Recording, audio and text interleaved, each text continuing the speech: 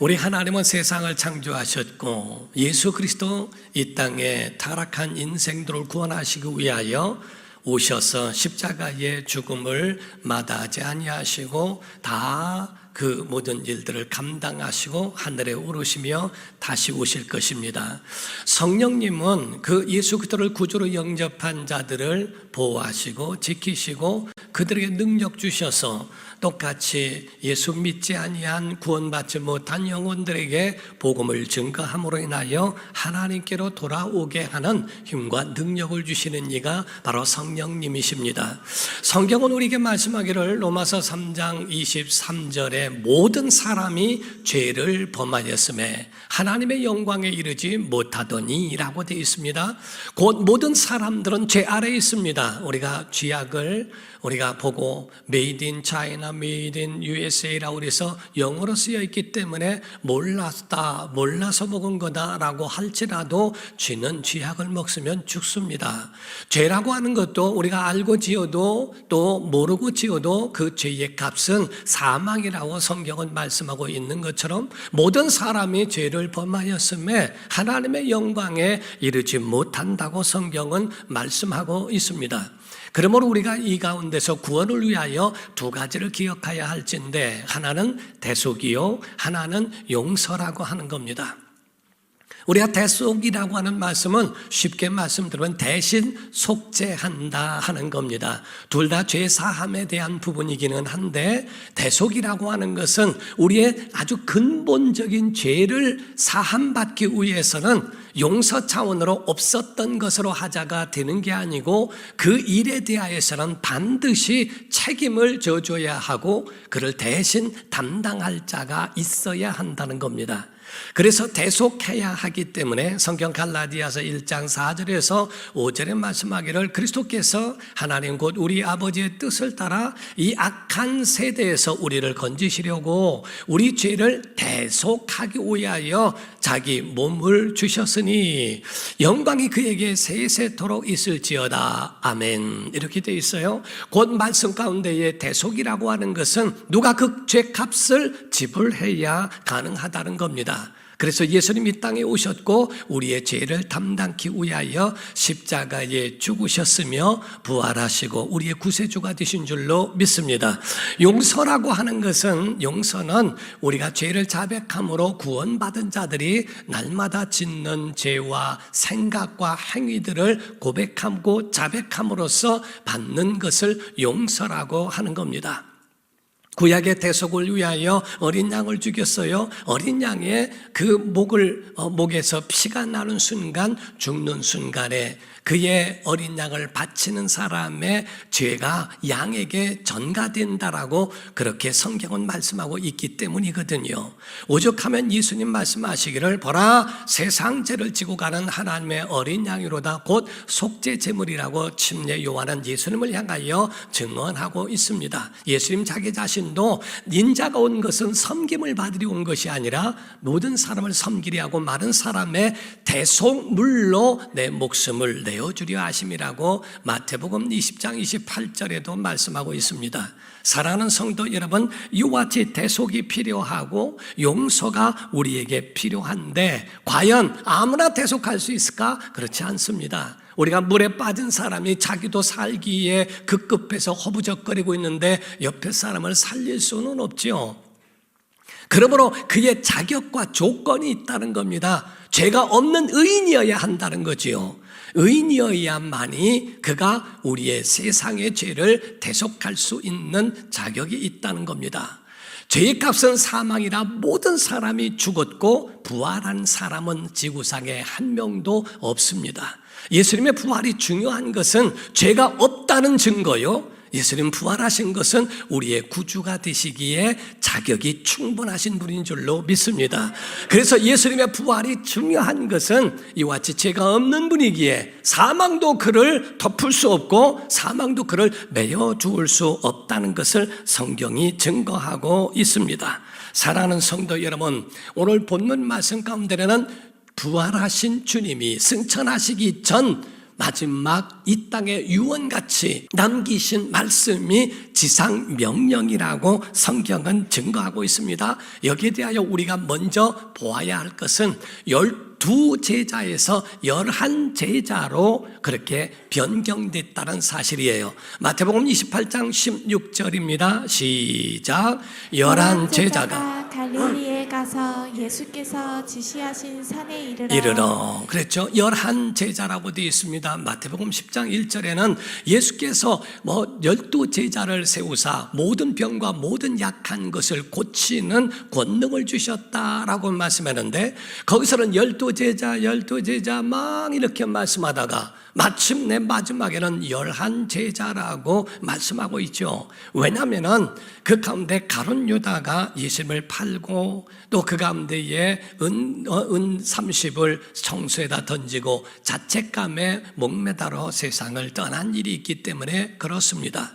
그러므로 12제자였다가 11제자가 되었는데, 이 말씀을 기록하고 있는 이유는 우리에게 경고를 하시기 위하여라고 말씀합니다. 다시 말하면 예수 그리스도를 배반한 가룟 유다같이 되지 마라. 두 번째로는 예수님의 지상명령에서 제외된 그러한 가룟 유다같이 되지 말라고 주의하라고 말씀하는 겁니다. 우리가 하나님의 사람으로 시작했다면, 성령으로 시작했다면 성령으로 마쳐야 되지 않습니까?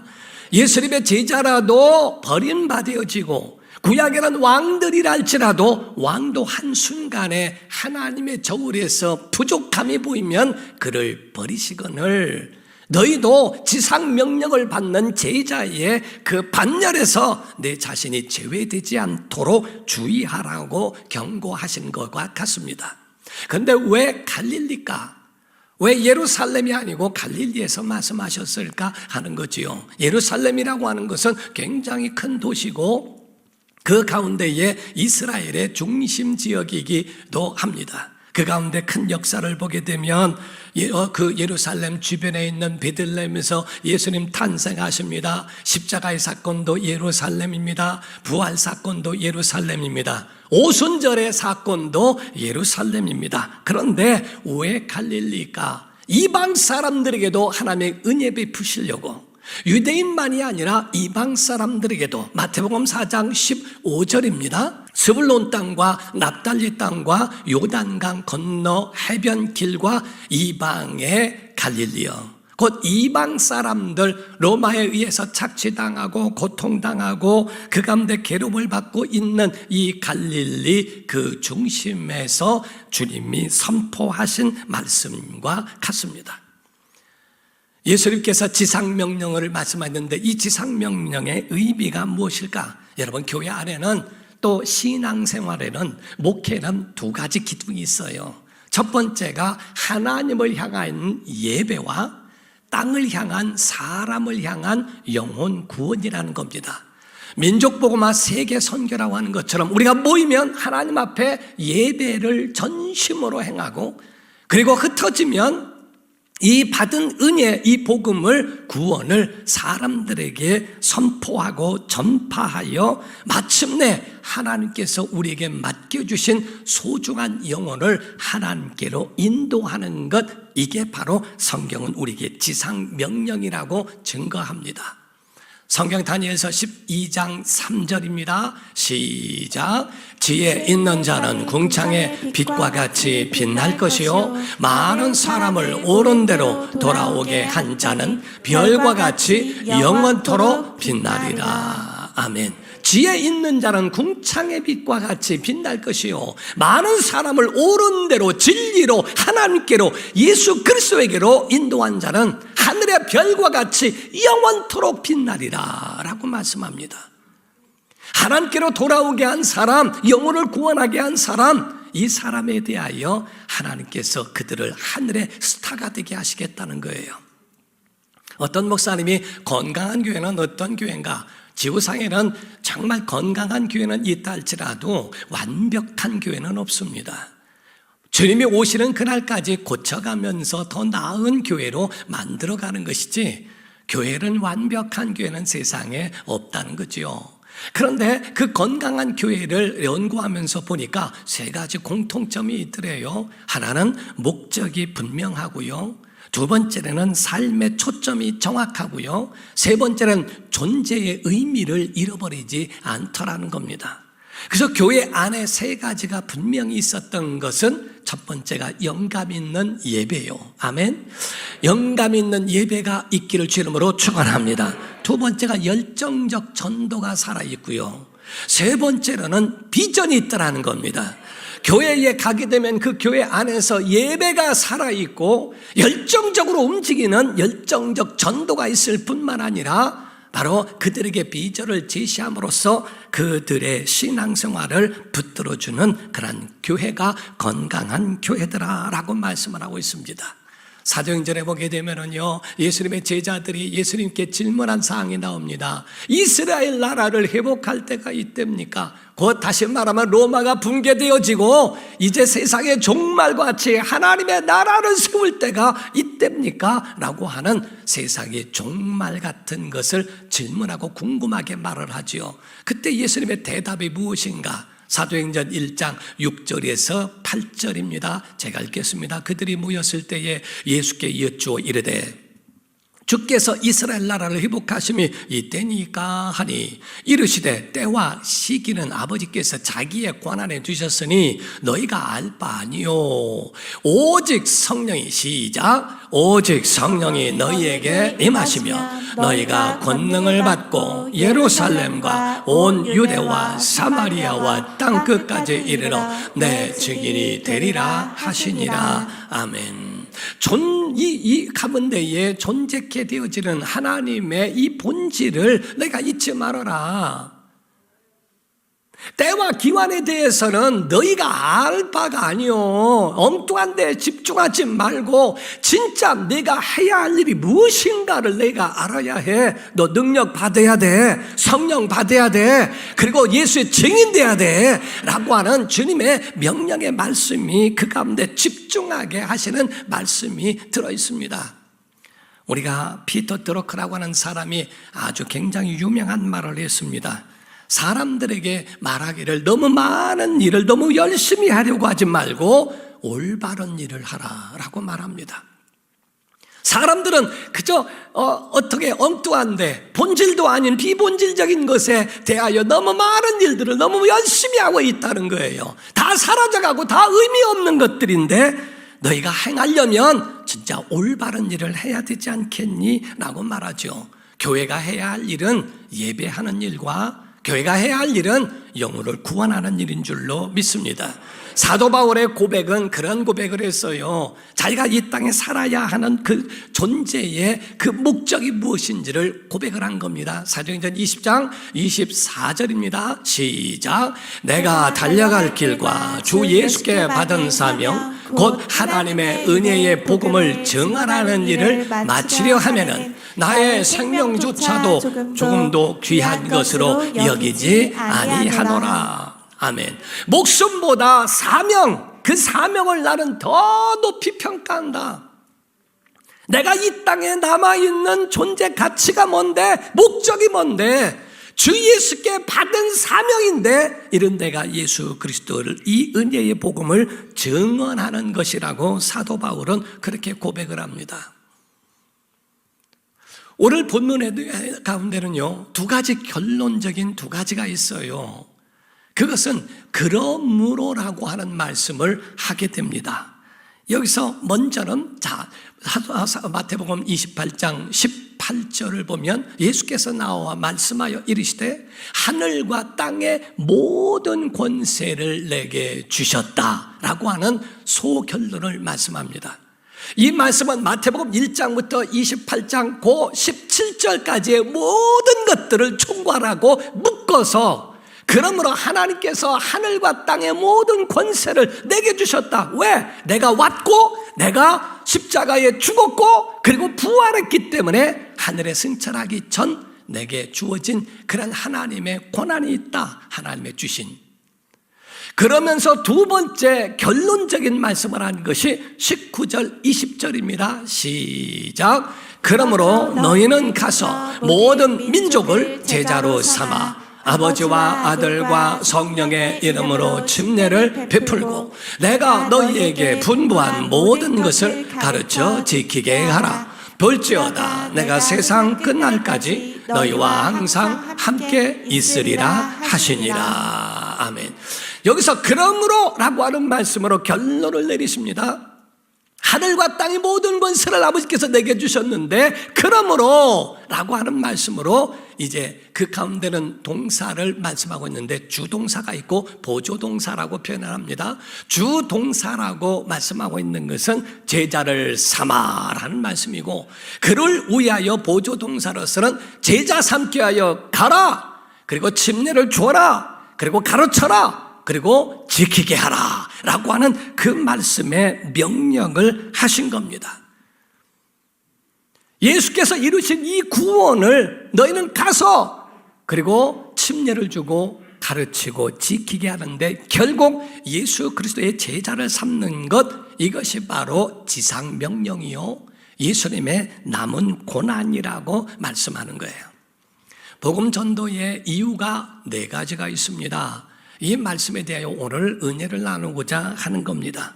복음 전도해야 할 이유의 첫 번째로는 하나님이 우리를 신뢰하시기 때문입니다.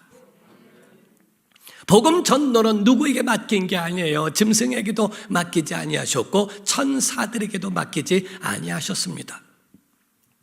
우리가 찬송 가운데에 주 내게 부탁하신 일 천사도 흠모하겠네, 주님이 우리에게 부탁하신 것을 천사도 살펴보기를 원한다, 천사가 흠모한다. 이 복음 전도는 천사의 일이 아니고 이건 직접적으로 우리를 신뢰하사 다른 어떤 플랜이 없다, 다른 계획이 없다, 다른 어떤 것도 방법이 없어. 너희가 복음 전하는 것 외에 하나님의 가족을 만드는 건 너희 외에는 없다고 하나님께서 우리에게 신뢰하여 맡기셨다고 하는 겁니다.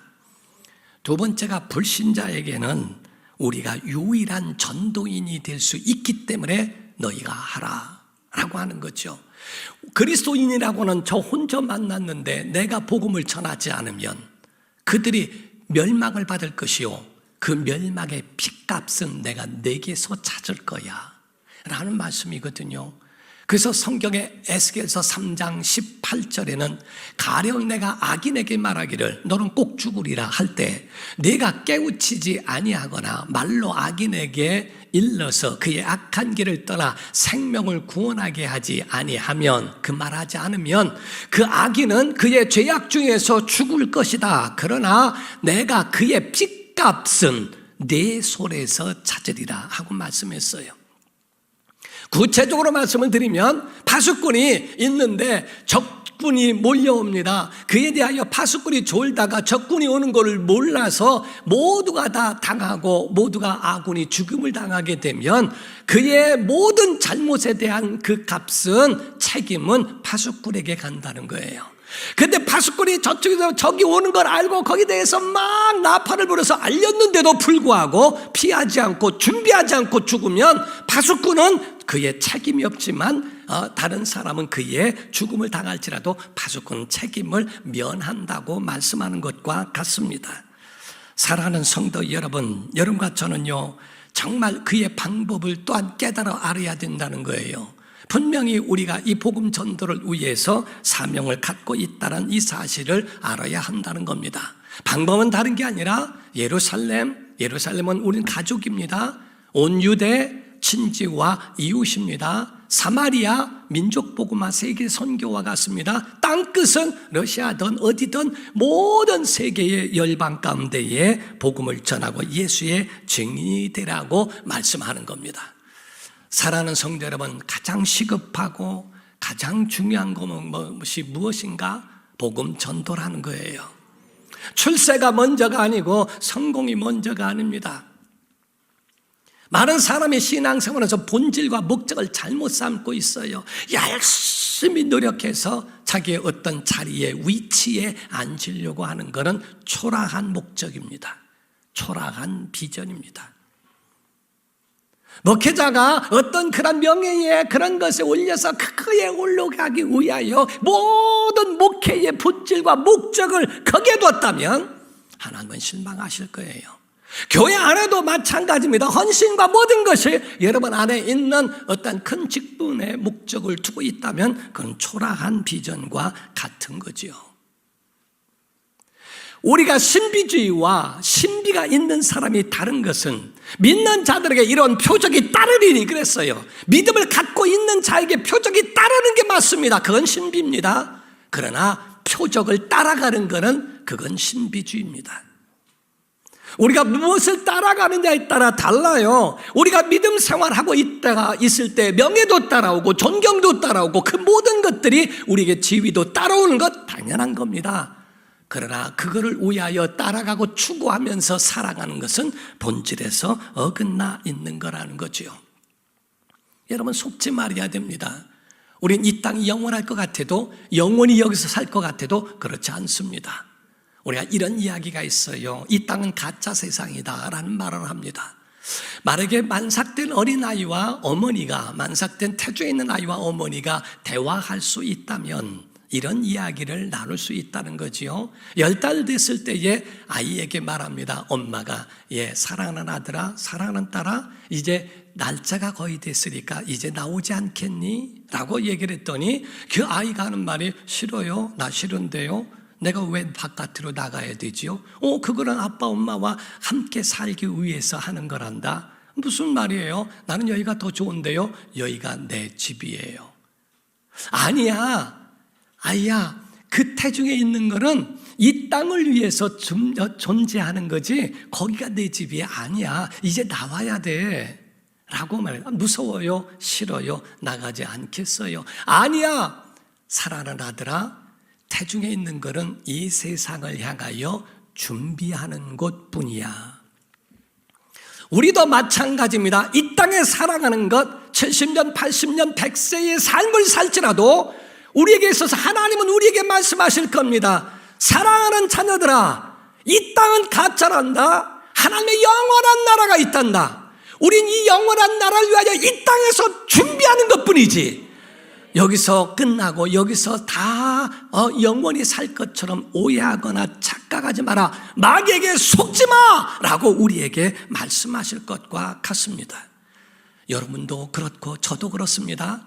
여러분과 저는 이 땅이 끝이 아니라 하늘의 영원한 나라 진짜 세상에 있는 줄로 믿습니다. 이것이 바로 우리의 신앙생활이라 하는 거예요.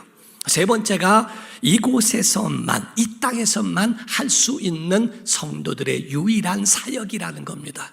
죽으면 끝나는 거예요. 전도 대상자가 죽으면 그도 끝나는 거고 내가 죽으면 나도 끝나는 겁니다. 하나님의 영원한 나라에는 아멘 합시다. 구원이 있습니다. 행복이 있습니다. 예배가 있습니다. 찬양이 있습니다. 그러나 전도는 없습니다. 오직 전도는 이 땅에서만 있는 게 전도라. 하나님의 영원한 나라에 갈 땐 다 있어도 영혼 구원의 기회는 이 땅에 육체가 있을 때만 영혼 구원할 수 있는 그런 기회가 있다고 성경은 말씀해요. 네 번째입니다. 우리가 받은 이 구원을 다른 사람들에게 큰 영향을 주고 생명적 영향을 줄 수 있기 때문입니다. 세상은 다 사라집니다. 이 땅에 있는 시한부적인 것 다 없어집니다. 그러나 예배와 전도는 영원히 남습니다. 어떤 사람은 말하기를 먹는 게 남는 거다, 자는 게 남는 거다 이라고 얘기하는데 그렇지 않습니다. 우리에게는 복음이 남는 것이고 우리에게는 하나님이 주신 그 영생만 우리에게 남는 줄로 믿습니다. 그러므로 여러분들은 이웃을 하나님과 연결시켜 주어야 하고 그들에게 손을 내밀어 주어야 한다는 거예요. 선을 베풀 줄 알고 그들에게 친절히 행하는 이유가 바로 거기에 있습니다. 전도의 방법 가운데서는 제가 계속적으로 가르치는 그것이 있어요. 모든 것들이 여러분에게 무기가 되고 전도의 도구가 되고 통로가 되면 좋겠어요. 여러분에게 맞는 것, 우리가 칼을 쓰는 사람이 있고 창을 쓰는 사람이 있습니다. 자기의 몸에 맞고 자기의 기술에 맞는 갑옷과 그러한 무기를 드는 것처럼 전도의 방법이란 건 다양해서 여러분이 가지고 있는 여러분의 맞는 은사를 사용하는 것이 옳습니다. 그러나 모르는 사람들 때문에 우리 교회에서는 두 가지 방법적인 것들로 권장하고 있어요. 미인 전도법과 두 번째로는 고구마 전도라고 하는 그런 파워 전도를 같이 합하여 말씀하고 있습니다. 우리가 첫 번째가 미소가 있어야 돼요. 웃는 얼굴에 침 못 뱉어요. 아주 말씀 들으면서도 외계인 같은 사람 많고요. 독일국 같은 사람 많습니다. 웃어야 돼요. 웃어야 돼요. 그래도 안 웃어. 예. 두 번, 아니, 그렇게까지 웃지는 말고. 자, 미소가 있고요. 두 번째가 인사가 있어야 돼요. 인사하는 사람하고는 밥도 먹지 마. 인사 많이 해야 돼요. 인사 잘해야 돼요. 아멘? 인사 잘해야 돼요. 인사하는 거. 그래서 인사하고 웃으면서 인사하고 세 번째가 칭찬하는 겁니다. 칭찬이에요. 그래서 사람들에게 좋은 거. 그래서 이 칭찬의 방법 가운데에 여자분들이 좋아하는 칭찬은 미인이라 그러면 다 좋아해요. 여자분들은 조금 덜한데도 미인이세요 하면은 그냥 막 얼굴이 그냥 입이 그냥 귀에 걸려가지고 말이요. 하루 종일 누가 나한테 이쁘다고 그랬다고 그 얘기를 하루 종일 우려먹습니다. 그런 여인들에게는 예쁘다는 말이 칭찬이 참 많고요. 그리고 남자분들에게는 인상이 좋으십니다라고 칭찬을 합니다. 그래서 아무리 박색이라도 그 가운데 인상이 좋을 수는 있거든요. 그러니까 인상이 참 좋으시네요 라고 이야기하면 너무 좋아합니다. 그리고 난 다음에 바로 질문이 들어가는 겁니다. 아, 인상이 너무 좋으시네요. 아유, 너무 후덕해 보이십니다. 그런데 혹시 교회 다녀보신 적 있어요? 하고 묻습니다. 혹시 교회 다녀보신 적 있습니까? 라고 물으면 세 가지 반응이 나옵니다. 첫 번째, 예, 저 어느 교회 다닙니다 라고 하면 네, 감사합니다. 우리가 보면은요, 그 말에 대하여 칭찬을 받았을 때도 반응하는 방법을 어린아이들, 요즘 아이들은 정말 지혜롭더라고요. 아, 너 너무 예쁘다라고 얘기하면 감사합니다. 이러면 끝날 거를 옛날에는 너 너무 예쁘다 그러면 아닌데 이러고 그냥 하는 거 보면은 아니 그러지 말고 그냥 감사합니다 하면 되는데, 그러니까 저 교회 다닙니다라고 얘기하면 아 그러세요? 감사합니다. 신앙생활 열심히 하세요. 이 말 한마디만 하면은 끝이에요. 그 교회 다니지 마. 우리 교회 나와. 이러면 안 됩니다. 예, 그러다가 욕 먹습니다. 자, 두 번째가 반응이 나오는데 안 나가요! 이런 사람이 있어요. 그런 사람들에게서 혹시 교회 다녀보신 적 있으세요? 안 나가요! 이렇게 얘기하거들랑 그야 속으로 생고구마로구나. 이게 젓갈이 안 들어가니까 그래서 생고구마구나 라고 하고 또 뒤에다 대고서 지옥이 나가라 이러면 안 됩니다. 그의 뒤에다 대고서는 그래도 다녀야 됩니다. 예수 믿으면 너자를 한 10초 끓여야 됩니다. 너무 좋습니다. 왜냐하면 집에 가서도 얼마나 좋기에 저렇게 좋다고 할까. 그 여운이 남도록 예수 믿어보세요. 너무 좋습니다 하고 그 뒤에다 대고라도 그렇게 말을 하고 기도해주면 그 설 익은 고구마가 나중에 푹푹 익어버린다는 거예요. 세 번째 반응이 있습니다. 그전에는 다녔는데 지금은 이 사람을 만나야 됩니다. 아직까지 자기를 이끌어줄 사람을 못 만났다는 얘기거든요. 나도 교회는 다니고 싶은데 그런데 아직까지 이끌어줄 사람을 못 만났기 때문에 요즘은 다니지 못하고 있습니다. 그럴 때에 멘트가 하나 있습니다. 그 말을 듣자마자 그래서 하나님이 저를 만나게 해주셨군요 라고 이야기하고, 내가 주님을 나도 그전에 그랬어요. 그런데 내가 주님을 만나고 났더니 이러합니다 라고 그에게 복음을 전할 수 있는 기회로 열어가는 겁니다. 사랑하는 성도 여러분, 우리는 심는 겁니다. 아멘. 물을 주는 겁니다. 자라게 하시는 이가 하나님이십니다. 고린도전서 3장 6절 7절입니다. 시작. 나는 심었고 아볼로는 물을 주었으되 오직 하나님께서 자라나게 하셨나니 그런즉 심는 이나 물 주는 이는 아무것도 아니로되 오직 자라게 하시는 이는 하나님뿐이니라. 아멘. 우리가 자라게 하고 우리가 구원시키는 게 아니라는 겁니다. 하나님이 하시는 거니까 너는 심어, 너는 물을 뿌려 라고 하는 겁니다. 내가 물 주고 가꾸고 하는 일에 대하여 하나님이 하실 거야 라고 하는 거지요. 이 일을 우리에게 맡기신 겁니다. 또 성경에 골로새서 1장 24절에 말씀하고 있는데요, 나는 이제 너희를 위하여 받는 괴로움을 기뻐하고 그리스도의 남은 고난을 그의 몸된 교회를 위하여 내 육체에 채우노라 라는 말씀을 행합니다.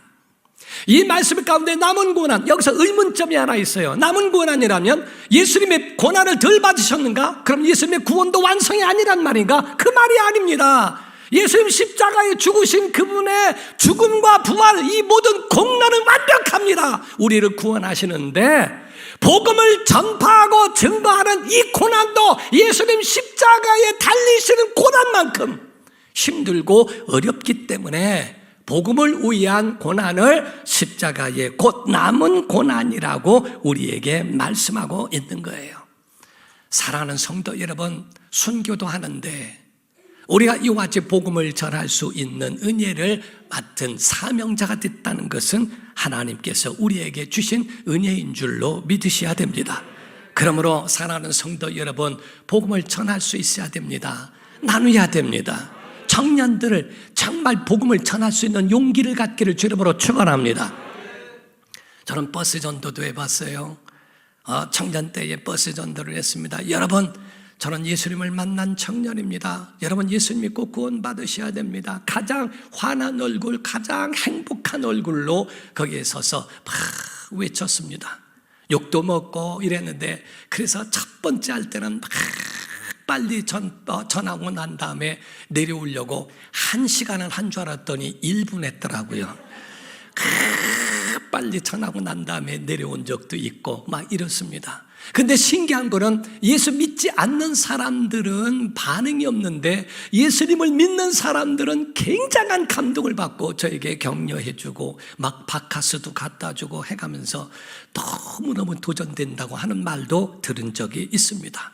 음으로나 양으로나 하나님 우리에게 맡겨주신 그 일이라면 우리는 그리스도에게로 많은 사람을 초청해야 할 줄로 믿습니다. 선을 행하고 친절을 베풀며 그들을 구원하고 교회로 그리스도에게로 초청하는 것이 우리의 사명이라고 성경은 증거합니다. 예수님의 유언과 같은 말씀, 여러분 유언에 대하여 들어봅니다. 마지막 한마디를 한다면 무슨 말을 할까? 어떤 청년이 혀에 암이 들었어요.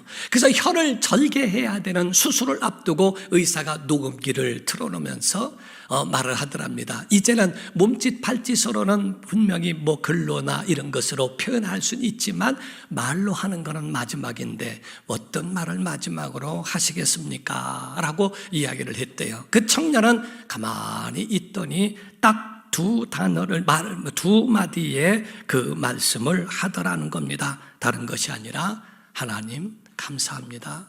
하나님 사랑합니다. 두 번째 말씀은 내 주변에 있는 모든 분들이 예수님을 믿었으면 좋겠습니다. 그의 혀가 살아있을 때의 마지막 말이 이와 같이 내 주변에 있는 사람들이 예수님을 믿었으면 좋겠다라고 하는 것. 옆에서 그 모습을 보고서 어떤 사람이 찬송시를 써서 벙어리가 되어도 찬양하며 살리라 라고 하는 그러한 복음성가를 만들었다는 이야기도 있습니다. 우리에게 마지막 말이 있다면 무엇일까? 주님은 우리에게 마지막 말씀을 가라! 복음을 전파하여 제자를 삼고 침례를 주고 가르치고 지키게 하라! 라고 말씀하신 그 말씀이에요. 마지막 도전을 주고 싶습니다. 어떤 바닷가에 노인이 길을 걸어가고 있는 청년이 바라보고 있었어요. 그 노인이 뭐를 바다에다 던지는 걸 봤어요. 그래서 가만히 보니까 물고기를 던지는 거예요. 바다에서 이 물에 의하여 쓸려 내려온 물고기가 미처 들어가지 못한 것을 막 던져주고 있더래요. 할아버지 지금 뭐 하시는 거예요? 지금 해가 뜨면은 이 물고기가 죽거든요. 그래서 이 물고기를 바다에 던지는 겁니다. 깔깔 웃으면서 왜 어리석은 짓을 하세요? 할아버지, 그렇다고 몇 마리나 살 수 있을 것 같으세요? 라고 물었더니 노인은 유명한 말을 합니다. 맞습니다. 내가 하는 이 행위가 바다를 다 살릴 수는 없고 물고기를 다 살릴 수는 없지만 적어도 내 손 안에 있는 물고기는 살 겁니다. 여러분이 만나는 사람 영혼은 살 겁니다. 여러분이 복음을 전하는 그 모든 이들에게 하나님이 역사해 주실 겁니다. 우리가 구원을 받은 확신이 있다면 우리 영원한 하나님의 나라 진짜 세상에 가기 위하여 우리 이 땅에서 준비하는 과정을 거치며 많은 영혼을 하나님께로 돌아오게 하는 복된 사명자가 되기를 예수 이름으로 축원합니다. 기도하겠습니다. 이 시간에 다 같이 통성으로 기도할 때 하나님 주님의 지상 명령을 깨달아 알게 하시고 영혼을 구원하게 하시고 이 땅에 있는 날 동안에 영원한 나라를 준비하도록 우리 모두를